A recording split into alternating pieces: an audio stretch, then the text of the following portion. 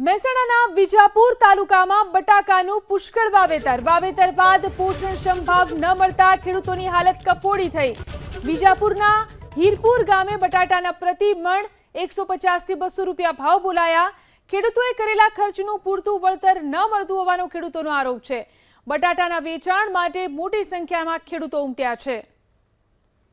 વધુ જાણકારી મેળવી અમારા સંવાદદાતા હારૂન આપણી સાથે જોડાયા છે। જી હારૂન, બટાટાનું ઉત્પાદન વધારે થયું છે, હવે ખેડૂતોની શું પરિસ્થિતિ જોવા મળી રહી છે?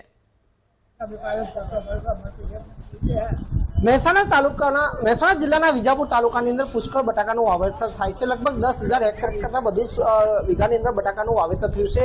ત્યારે હીરપુર ગામની અંદર પણ લગભગ 2000 એકર જમીનની અંદર બટાકાનું વાવેતર થયું છે। હું આપ દ્રશ્યો બતાવીશ કે કઈ રીતે મંડીની અંદર મોટા પ્રમાણની અંદર બટાકાની આવક થઈ છે। ખેડૂતો ટ્રેક્ટરો લઈને બટાકાનું વેચાણ કરવા માટે અહીંયા આવ્યા છે। બટાકાના ઢગલા જોઈ રહ્યા છે। બટાકા છે તે શાકભાજીનું રાજા કહેવામાં આવે છે, પરંતુ હાલ તેનો ભાવ નથી મળતો, જેના કારણે ખેડૂતો પરેશાન છે। હીરપુર ગામના ખેડૂતો છે જે બટાકા વેચાણ કરવા માટે આવ્યા છે, તેમનાથી વાત કરીશું। કાકા, શું પરિસ્થિતિ હાલમાં ખેડૂતોની છે? ખેડૂતોની પરિસ્થિતિ એવી છે કે માલ ખૂબ પ્રમાણમાં નીકળી રહ્યો છે, પરંતુ પોષણક્ષમ ભાવ મળતા નથી। કે ખેડૂતોની જે પડતર કિંમત કરતાં પણ ખર્ચ વધી ગયા છે, એટલે નુકસાન પડી રહ્યા છે। અત્યારે કેટલું ભાવ શું મળે છે? ભાવ અત્યારે 150 થી માંડીને 200 સુધીના પડી રહ્યા છે। વડીલ, એક વીઘાની અંદર કેટલું વાવેતર નું ખર્ચ થાય છે, સામે વળતર કેટલું થાય છે?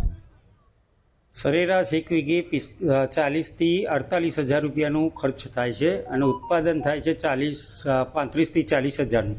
આ બટાકાનું ઢગલું છે 141 રૂપિયા 20 કિલો, કોઈ લેનાર નથી।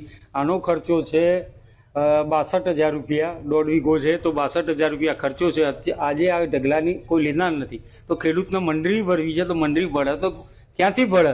એના આત્મહત્યા તરફ જવાનો ખેડૂત જઈ રહ્યો, તો સરકાર ખેડૂતોને પોષણક્ષમ ભાવ મળતા નથી। કાકા, કેટલા વીઘા બટાકા વાવ્યા હતા અને શું પરિસ્થિતિ થઈ છે? 1 વીઘો વાવ્યો તો એમાં લગભગ 70 કટ્ટો બટાકા નીકળ્યા અને 140 વેપાર થયો।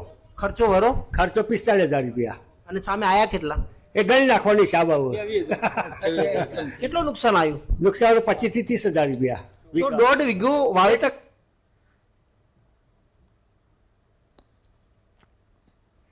તો પુષ્કળ પ્રમાણમાં વાવેતર બટાકાનું કરવામાં આવ્યું, પરંતુ પોષણક્ષમ ભાવ અત્યારે ખેડૂતોને નથી મળી રહ્યા અને તેમનો જે ખર્ચ છે તે પણ તેમને માથે પડી રહ્યો છે।